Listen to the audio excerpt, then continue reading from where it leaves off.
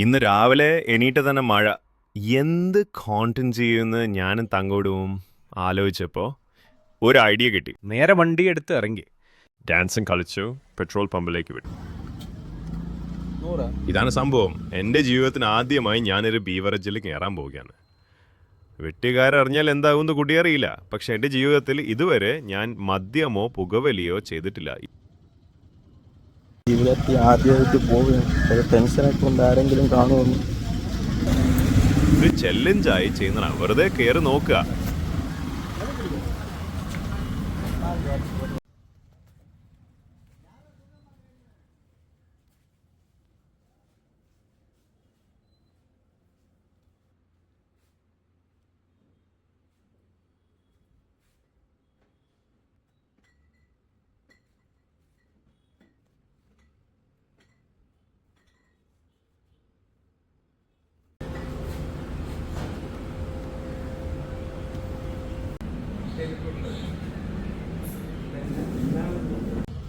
Challenge complete.